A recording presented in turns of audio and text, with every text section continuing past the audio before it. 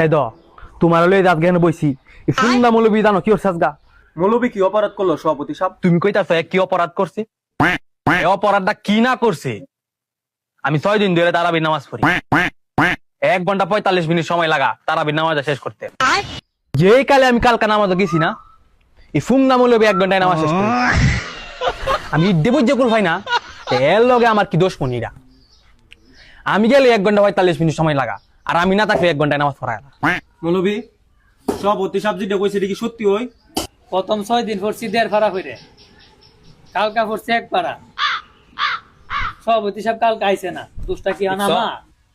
আমি 6 দিন ধরে নামাজে গেছি 1.5 ফারা হইরে হচ্ছে যে আমি কালকা নামাজে গেছি না 1 ফারা হচ্ছে এর জিগাছেন এর লগে আমার কি দুশ্মনী না আরে সভাপতি সাহেব আপনি তোর কদম তারাবি পড়ছেন না, এটা কদম তারাবির একটা নিয়ম হই বুঝছেন। প্রথম 6 দিন পড়বো 1.5 পারা কইরে, পরে 21 দিন পড়বো 1 পারা কইরে। তুমি এটা কি কইলা আমারে?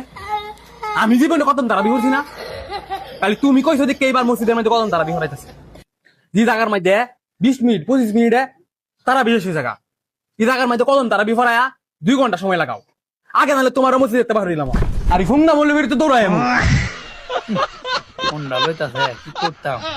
বাইল বগাইতে তারা বিটি হাডা লই লই ঈদের নামাজটা পড় হয়ে চাচা বাড়ি লইয়া হয় রাতে আমরা